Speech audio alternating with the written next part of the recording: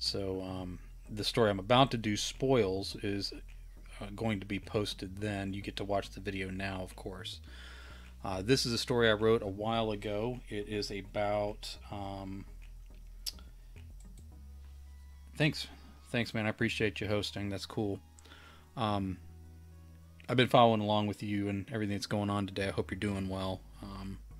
Rooting for you, and sorry that some people in the world just are kind of mean and stuff. So don't really need to say more than that. Just to let you know that I'm keeping an eye on you and rooting for you as you're going through what you're going through.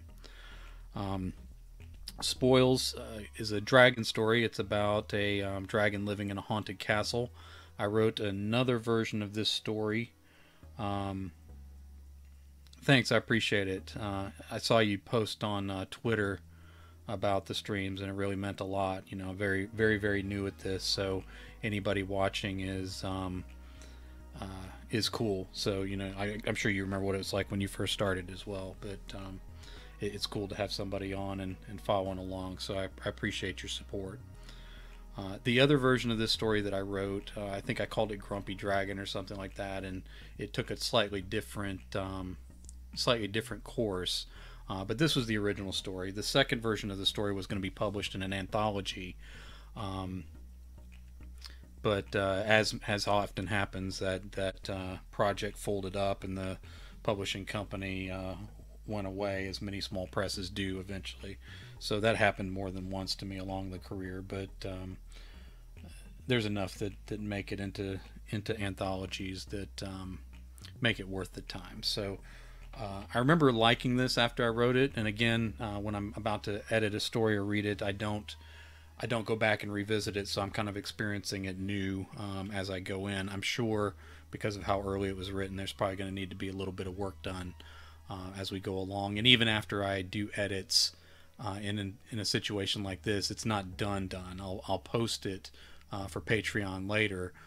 But if I were to publish it again somewhere, it would probably require a couple more passes to get it just right. So again, this is Spoils by Jay Wilburn. As the roar vibrated through the stone corridors, the walls did not split any further, but sound bounced off and through the cracks as it traveled. The noise dropped away, but sounded again with a new thunderous growl. One chandelier in the main dining hall rocked to and fro on its blackened chain. Ash and carbon flaked away from the links and sprinkled through the surviving crystals above the flagstones as dried blood split away from the steps that spiraled down from the towers. That sentence is running just a tad long for the first paragraph, so I think I'm going to split it. We'll go sprinkled down through the surviving crystals above the flagstones, and then we'll just make this a shorter sentence to break up the rhythm. Dried blood split away from the steps that spiraled down from the towers. Broken doors, shattered bones, and abandoned weapons marked the path as the monster's roar rolled through the fortress. Silence followed. The lizard opened its eyes in the shadows between the outer wall and the curve of one of the treasury vaults. He could reach his claw past the broken lock and feel the coins on the floor. He thought they won it, and taking it from them is part of their punishment. A new growl rumbled in the heat at the back of his throat. As a new growl rumbled in the heat at the back of his throat, he scanned the shafts of light from the high windows down the length of the corridor. He wanted to stay hidden in the darkness. They will come in looking for treasure or adventure. I have to watch, or they will corner me here. The dragon's claws clicked against the stone as he slinked along the wall down the hall. His wings spread and brushed the scorched stone. When they folded against his back, light passed over his scales, making him feel exposed. The natural green armor sparkled with blue, purple, and gold before he stepped back into the shadow. A puff of air hissed over his scales, and he froze in place with one foot extended in the air in front of him. He turned his head to the left and stared down another passage. Snorting once, he held his breath to listen. His ears twitched twice between his ridges and horns as he waited. He swallowed. The saliva sizzled in his throat and steam released out through his nostrils. He shook his head in frustration. I chose the castle because it was big, and now it is too big to track every sound. That could have been anything. Then a tiny click at the far end of the passage made him shake his head and breathe with a low rumble. With his belly swollen out, he held his breath again. I chose it because they deserved this. Something moved around a far corner. The sound retreated. It could have been footsteps, but it sounded like a scurry. A scurry could be a rat. That's a small meal eventually. Footfalls could be a spy or a survivor. That could be a meal, or it could mean my slit throat when it comes time to hibernate. He turned his body slowly, lifting his tail so it did not scrape against the wall. I'll put a comma there. Just because some people will expect it. The word came as a whisper from the mysterious passage. Gordoin. He stopped again with his head and neck low to the floor. His claws flexed as he pressed them together, grinding his fangs between one another. I did not hear that. That is not possible. The dragon sniffed through flared nostrils. The flame stroked down into his chest with a light bite of pain. Before passing the incendiary glands in his throat, the air carried the scents of human sweat laced with fear, blood mixed with filth, and a spoiled odor from supplies for which he had no use. All these smells were old from the end of the battle when he captured his castle lair. He smelled nothing that could whisper his name with the magical power that would give the speaker over him. Gordoin, Gordoin, spawn of Herculoid, the cowardly and the slain. Gordoin roared and unhinged his jaw at the sound of the whispers in the human tongue. His eyes opened wide and the slitted pupils expanded to the edges. His neck and cheeks ballooned out as flame licked up through the dry flesh in his throat. His tongue pulled into its protective pouch, and his interior eyelids folded down, blurring the world as the bright flame rushed out through the offending passage. He saw the columns and the decorative busts of dead human forefathers as the shadows burned away from the ball of fire ripping through the center of the hall. Cobwebs revealed for an instant and then tore away and disintegrated along with the draperies and tapestries. Gordoin saw a shadow holding the wall as the flames progressed to the end of the hall. As light violated every edge and corner, the shadow lingered. He could not see it clearly through the distortion of his partially transparent inner lids. The shape moved along the wall behind a column. Gordoin saw a head, shoulders, two spindly legs, the grotesque lanky form of a human pest. Disgusting rodents with deadly bite, hunting in rabid, greedy packs, killing each other for coins made of metal scratched from the ground, beheading dragons to mount our heads on walls for decorations. He scuttled forward through the opening as he continued to press more incendiary hormone into the burn with a second breath of air. The shadow slipped from the last column around the corner at the end of the passage. Gordoin hiccuped back on the stream, creating a vacuum as he closed his lips. The hot fluid lost its burn and evaporated in the accumulated heat. The gas escaped painfully through his nostrils. As the lids folded open, showing the detail of the passage again, his eyes watered. Something moved by the last column. Gordoin lowered his body to the charred floor and prepared to attack. He saw a leg and a ducked head with long red hair. A woman? You should have fled. I will show you the mercy your people showed my mother. Gordoin pumped his back legs, waving his tail from side to side between the column and the wall. It billowed on the floor, still burning. Maybe there was no human after all. If they really knew my name and my father's name, I would be on the floor powerless to fight. If they were in this narrow passage, they would be burned to ash. The voice hissed from the wall and layered on itself. Gordoin, Gordoin, you dry, frightened skink. Prepare to waterproof our boots with your skinned hide just like your father. Gordoin closed his outer lids and shook. I'm either fighting powerful magic or insanity. He opened his eyes. I did not search this passage after the battle. Gordoin lumbered forward through the passage. He lifted his neck to keep his nostrils clear of the dark dust wafting up from his claws. His tail dragged a wavering trail through the layers of carbon along the floor. As he reached the corner and stopped with windows set low and open, Gordoin felt exposed. This is a trap. A tap at the other end of the passage from the direction he had come caught his attention. He looked back up the waving line left by his tail and the tracks from his claws. Nothing seemed to move. Gordoin turned toward the new pass by the open windows. The path followed down a series of short steps leading deeper into the castle. He had not been that way before. Chambers opened off the hall on the opposite side from the windows. Anyone could be hiding in any one of the doorways. He roared out ahead of himself, and his voice echoed out through the windows across the open cliffs and the land beyond the castle. His growl did not boom back as well as it did deeper inside the fortress. Gordoin felt afraid.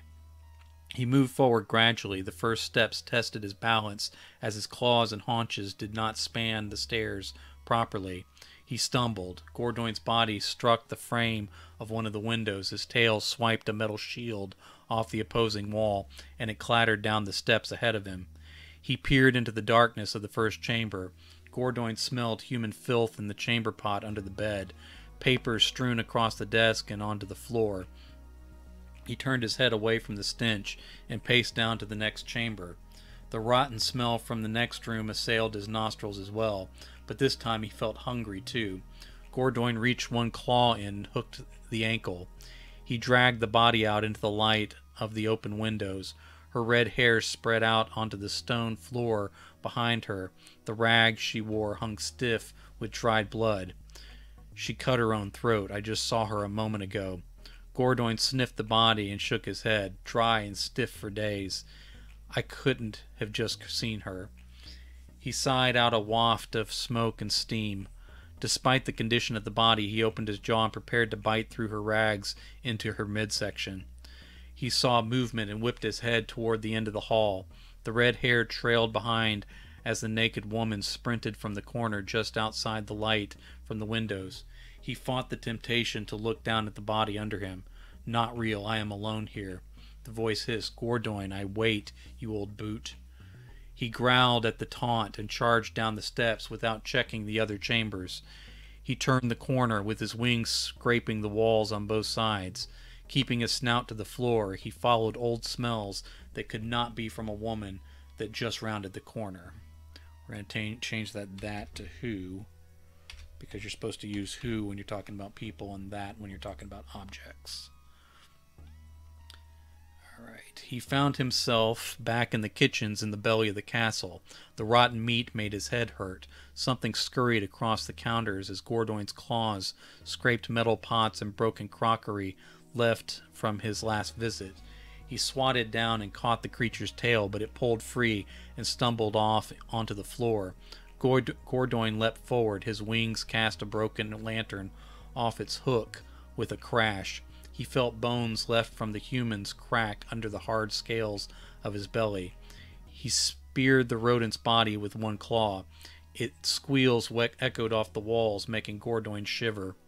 He lifted it into the air and scraped it off into his mouth while it still lived. He swallowed it slowly, feeling it move. Gordoin shifted again against the wall, trying to sweep the bones out from under his body so he could stand. A few of the skeletons stayed intact, with the armor still wrapped around the remains. Gordoin remembered chasing them down into the servant areas of the castle as they abandoned their posts. He did not remember the fight as clearly, but he recalled using his tongue to lick down into the armor as they squirmed and died. Some of them had squared off in front of the maids in their last moments. Others had pushed the servants in front of them as they tried to flee. Neither choice mattered much, as only Gordoin lived to witness, and he did not remember who was brave nor who was cowardly any longer. He stared back up the hallway he had missed in his earlier attack. A flit of memory showed him red hair streaming behind one of the maids as she ran and Gordoin fed. He hacked and spit out the rodent's hard tail. It landed wet across the crest of the chest plate of one of the skeleton's suit of armor. It does not matter now. She killed herself cowering in her burrow. I only regret I missed the meal. He glanced down at the armor. Disgusting creatures, you build shells to cover your soft, scaleless bodies. You are still so ugly and flavorless. The voice whispered behind him, we scrape your scales to decorate the walls of the main hall. We skin your hide to wrap the inside of that armor, to pull our human sweat away from our bodies. That's what you were licking when you tongued out through their organs. Did you enjoy the taste? Come upstairs and see if any of the faces mounted in the dining hall look familiar, old boot. Gordoin growled, not real, not real, all dead. Your halls are empty and are mine now. Go up and look if you don't believe me. Gordoin turned and a column of flame belched up from his lips. His eyes watered and his tongue burned from not pulling into the protective pouch this time. He bared his fangs. I know what you do with our scales, you monster. I don't have to look. Then stay down here in the dark caves where you belong, lizard. Gordoin saw her hair in the next room. She slipped behind the burnt remains of the linens and still clung to the high wires. He stared and saw the shape of her body through the material moving deeper into the castle. You are not there. I can smell that you are not really there. He charged out of the kitchen into the laundry, even as he assured himself that he was alone. Gordoin folded his wings down and kept his head low to avoid tangling in the drying wires like he had last time through. He paced forward, kicking the charred bodies out of his path. Their mouths hung open. They looked like blackened, frozen screams, but Gordoin knew they had not had time. Stringy human muscles tightened when they flash burned. Let me do that as a hyphenated word. Their tiny mouths pulled open after they were dead as their bodies dried. Disgusting rodents. Gordoin stopped shy of the next hall. Black armor and a downturned sword greeted him in the alcove beside the door. He stepped to the side and circled toward the warrior. Low light caught the body at an angle, and Gordoin saw the man was stuck to the wall where his flesh had melted. Gordoin growled, You were waiting for me. If I had not blasted the room upon entering, you might have succeeded in slicing my throat as I stuck my head through. You are such dangerous, sneaky creatures. A shard of bone stuck out from the burnt ribbons of flesh where he was suspended from the wall. Gordoin recognized the blast amputation, so easy to create in the skinny human limbs. Just a few more steps around the corner and the warrior might have survived to strike. I'm still waiting for you, Gordoin, son of my boots and sweaty undergarments. Gordoin slashed his claws through the body. The sword clattered to the floor, and the leather straps popped open on the sides of the armor. His claws came away caked in black muck. He tried to scrape it off on the walls and floor, but it wouldn't come clean. Gordoin stalked back up. You try to avoid too many prepositions here, and I use back too much. Back up through. Alright, let's take out up too and just leave one preposition. Gordoin stalked through the turns and halls of the fortress. He avoided the dining hall with its mounted heads. He passed the throne room, but did not look inside. Passing another corner, he found himself back in the shadowy spot where he awoke that morning to whispers and visions. He felt the muck slide between his toes. Gordoin tried to scrape it off on the stone floor again. The ping sounded off the wall, and then saw the coin roll against the hall, across the hall. Okay, we need a he there. The ping sounded off the wall, and then he saw the coin roll across the hall. He looked down at more of the tiny gold discs scattered across the floor. He looked through. There's too much looking here. He peered. Alright. Still means looked, but I'm not using the same word again. He peered through the doorway into the treasure room. That box was broken open before. He looked down at the coins trailing out into the hall. Were these coins here before? They could have been. I would have noticed, I think, though. I don't remember. We got you. Chase me around again so we can get some more. Gordoin roared and turned in a full circle. It could have already looked like this. No one else is here. No one took anything. They are all dead. I am alone. Gordoin, Gordoin, we want some more. Nothing was taken. If they knew my name, I would be dead. I beat them. It is all mine. He stared at the treasure.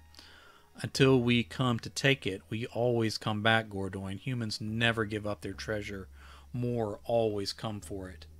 They kill each other for it. They die for it. They force each other to dig for it. And then they build castles to protect it. It is all they want. They obey the one who possesses it, and they call him their king. Dragons' power lies in our names. Their power lies in gold. He reached his claw into the room and began raking the coins out under his belly. The box overturned. Okay, the box overturned. Let's put a comma there because we're doing a new clause. The box overturned, spilling the coins under the table. Gordoin knocked the table aside and scraped them out into the hall. Okay, scene break. Gordoin lowered himself onto the piles of treasure in the center of the throne room. He had gathered it from every vault in the fortress. Some had been hidden under mattresses in the small chambers. He ripped open the armor on the skeletons to discover they had hidden between the metal and the dragon hide. To discover what they had hidden between the metal and the dragon hide, but he had found it all. They whispered to him from the shadows and teased him from between the stones and the walls, but he found all their gold and gathered all their power. She whispered to him again from the deep shadows high above Gordoin in the rafters. Gordoin, open the storm boards and let in the light again. Leave me alone, ghost. See the scales that decorate the walls sparkling in the light. I have the gold. You have no power. I command you to be silent. I am your king. Do you recognize the old red scales above the throne, King Boot? Look closely. You were much younger back when aged Herculide the Cowardly last wore them. My father was not a coward. You were a coward. You cut your own throat hiding from me. You were all dead, and I hold all the power of your gold. Leave me alone. Gordoin roared until his throat hurt and dust sprinkled down from the dark rafters. He heard metal on stone outside the throne room. Something scuttled, and he heard hushed whispers. Footsteps approached. I believe that's a compound word. Yes, it is. Footsteps approached. He smelled leather, metal, and sweaty fear. Who? She whispered close to his ear. You know who. They always come. You knew they were coming, foolish Boot. I have their gold and its power. She laughed. He heard the footsteps and the breathing through her chuckles. Gordoin growled and charged. He burst through the heavy oak doors of the great chamber with his skull and shoulders. The light blinded him, but he rose to his full height as he stepped into the hallway. He allowed his fire to build, but Gordoin saw nothing. He heard the swords clanging. He heard their screams and curses. He heard a few of them running away as others stood their ground, breathing deep and defiant. He heard all of these things, but he saw nothing, and he smelled no one he had not already killed months ago. Gordoin roared and let the flame eject along the stone walls. As he cut the fire off, the castle dropped back to silence. He waited until the whispers and sounds of sword clangs began to leak out from the lifeless stone again. I have the gold, and I command you to be silent. The voices and clangs faded. Gordoin dropped down to all fours. Whoever has the gold is the human king, even if they whisper from death. Gold is their name and their power. He saw a sweep of red hair at the end of the hall. She kept her white naked back to him as she lingered for a moment. Gordoin waited in silence until she dashed out of sight. You are not here. None of you are here. She whispered from the end of the hall. I'm still here. He backed into the throne room and pulled the heavy doors closed. The wood splintered under his claws as he gripped the ornate faces of the doors. Some of the carvings included crude dragons with mouths open. Did your mouths stretch open as the muscles tightened in death, my wooden brothers? Gordoin dropped his claws away from the doors, and he backed onto the piles of gold coins. He curled his tail around his body the way he had done when he was young and his parents still lived. He lowered his head and breathed out a puff of hot smoke. His muscles ached with exhaustion. He heard scratching low on the other side of the great doors. The scratching became a drumming. The drumming became a slow, uneven tap. Gordoin's outer lids drooped as he fought to stay awake. She whispered through the door, "You have put off hibernation a long time. You will have to sleep soon, old boot. I have your gold. I have it all. You can't hurt me." His eyes finally slid closed. "I know your name." Gordoin twitched as his body gave in to the demands of hibernation. Alright, that was better than I remembered it being. Couple things I did there. I'm primarily a horror writer now, but I used to read mostly science fiction fantasy. So the first stories that I wrote, very young, nothing that's published and nothing that I still have, were just knockoffs of fantasies that I read before. But I've always tried to sharpen those skills and improve that, even though most of my money comes from horror writing. I do enjoy writing fantasy stories every once in a while, and I really enjoy finding a new angle on them. And this one, of course, from the dragon's perspective, he's hoarding gold, borrowing from other myths and traditions. The dragon's name is his power, so anyone that knows his name has power over him. And he's imagining these humans that he killed that kind of haunt him, either for real or more likely in his head, know his name and taunt him. I wanted to create sort of a backstory, so he has a father that was killed at some point in the past, and the humans use dragons to waterproof their boots and to line the inside of their armor to kind of wick sweat away from their bodies. They use it to decorate their walls so that they sparkle. They put their heads up like mounted animals that are hunted down. So there's this animosity between the humans and the dragons that's implied here. And of course he's stuck in this castle kind of hoarding the treasure, and because he thinks it takes away humans' power. And so maybe in an offhanded way this is a statement about capitalism where money is power, but the dragon understands power differently, like true magic, like the power of knowing someone else's name. But it's not quite the same way with human beings, of course. So rereading that story, I'm pretty proud of it. I like what happened with it, and I think it's a stronger story than I remember. I may actually try to see if I can get that placed somewhere.